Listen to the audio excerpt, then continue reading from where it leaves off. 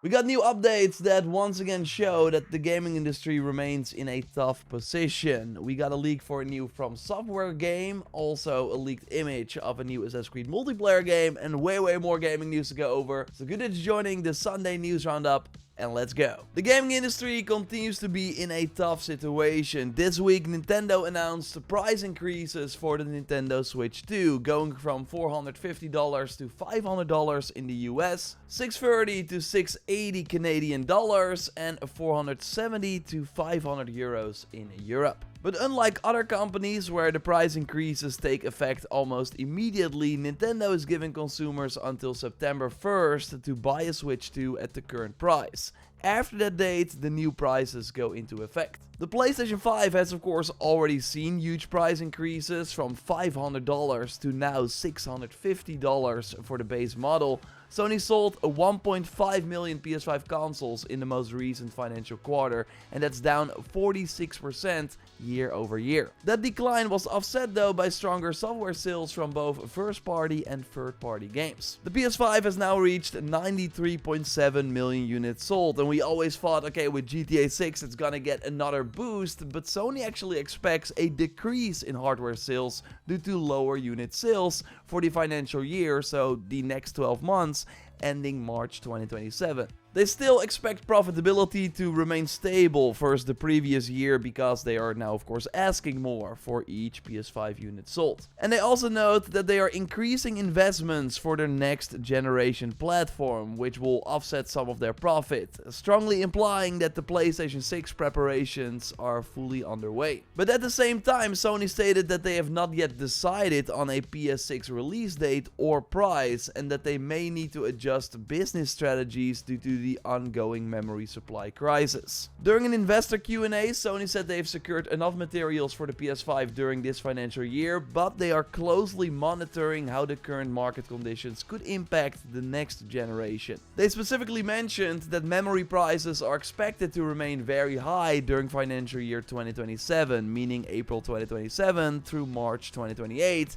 due to the continued supply shortages, strongly suggesting that at least the original plan was to launch the PS6 during that window, so end of 2027, but because of the uncertain situation we are in, that timeline could still shift. I'll of course keep you posted here. But the biggest story from the Sony's financials was the fact that they recorded another $560 million loss on the Bungie acquisition, as Marathon struggles and Destiny 2 nosedives. And this comes on top of the $205 million write-down that they already recorded a bit earlier. So Sony bought Bungie for $3.6 billion in 2022, and this now effectively values the company at around $2.8 billion.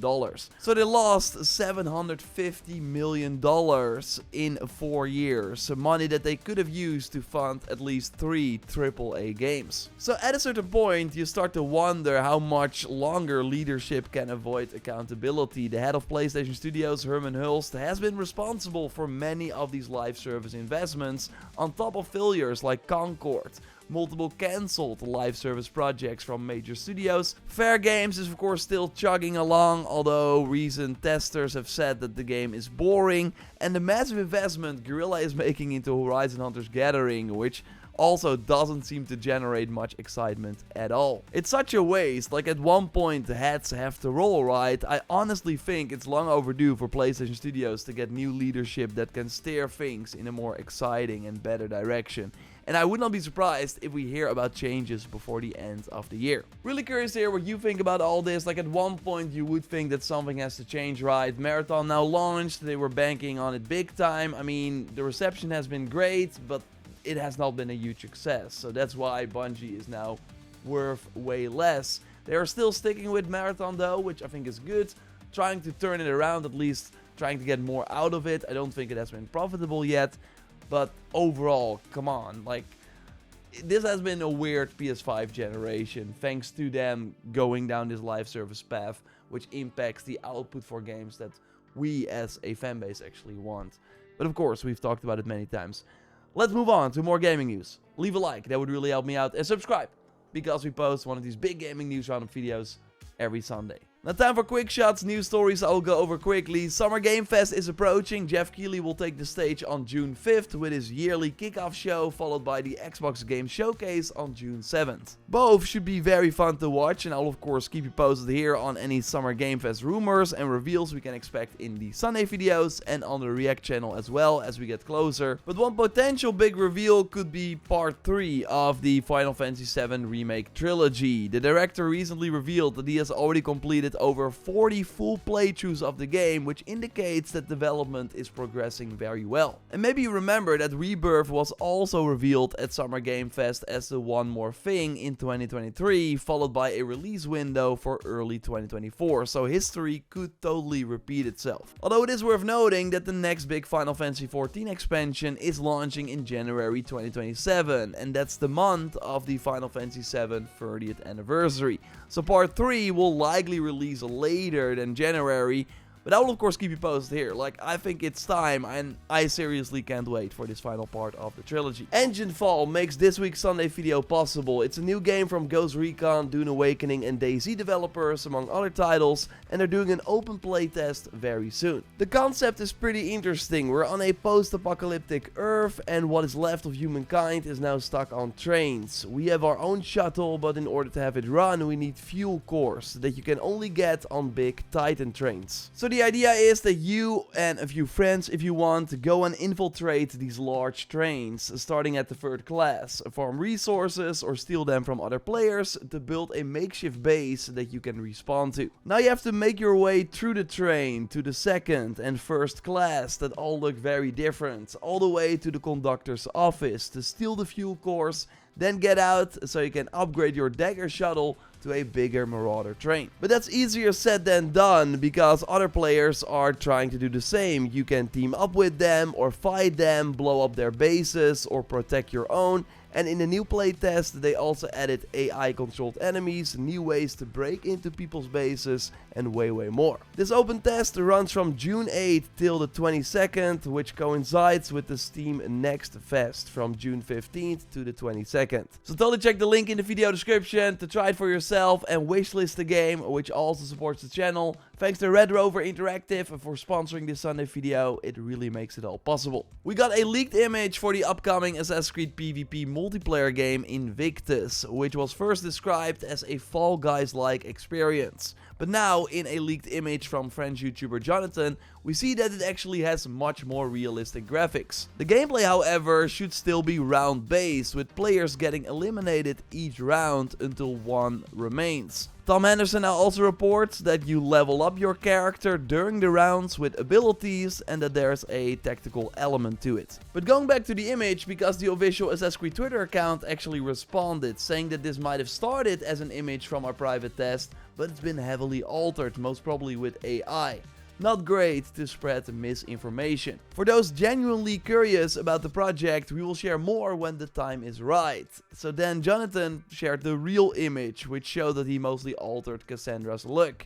But yeah, I'm honestly a bit more interested now if it keeps a more grounded visual style. Tom Henderson also on Insider Gaming noted that while we've heard that this project is perhaps in a state you would not expect from a multiplayer project that has been many years in development, so potentially meaning that it's still far away, we've also heard that it does have some potential, and seemingly Ubisoft thinks so too. So we will have to wait and see. I'm not expecting too much from this project, but I would love to be surprised. Let me know if this looks appealing to you or if it sounds appealing to you in the comments down below. I already touched on Horizon Hunters Gathering, but they also announced a second closed test this week that runs from May 22nd until the 25th and features 2 new playable characters, the first look at a story mission called an episode, a new region to explore, and also higher difficulty versions of activities that were already present in the previous test. Like, I think overall this approach is great to get people in early, gather feedback, but I just don't know if even if you polish this up to amazing standards, which I know they will because it's Guerrilla Games,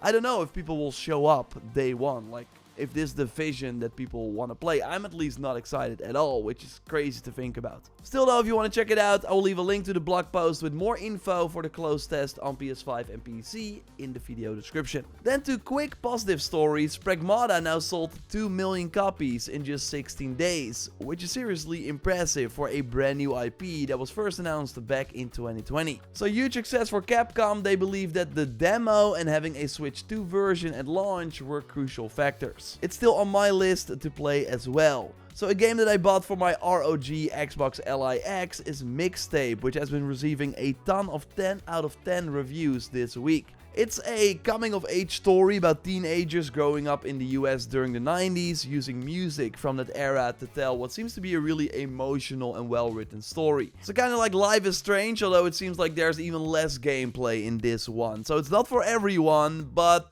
I think that I will love this. I'll be playing it very soon and report back. Let me know if you already played it in the comments down below. In the rumor roundup, I look at the biggest leaks and rumors of the week and give stars. 3 meaning I believe it, and 1 means let's take this with a huge grain of salt. This time it's Fromsoftware related, as the Elden Ring and Dark Souls studio is seemingly planning to launch a brand new IP as soon as August 2026. Fromsoftware's upcoming single-player title is called Cerulean Onslaught, and it will be revealed at Summer Game Fest in just 1 month. Back in July last year, Multiplayer First, who actually has a pretty solid track record, reported on an unannounced Fromsoftware project codenamed FMC. At the time, they noted that the project is at such an advanced stage, unless it hits a delay, that we should be able to play it no later than next year. Which lines up with this 4chan rumor. Supposedly, it's a dark action RPG where players sail the ocean exploring islands, with their ship also acting as a hub. Now we do know that Fromsoftware also has a Switch 2 exclusive, the Duskbloods, planned for this year. So are they really launching 2 games in such a short period? The crazy thing is though that I don't immediately want to give this just 1 star. If you think about it, Fromsoftware has released a new project every year since they launched Elden Ring in 2022.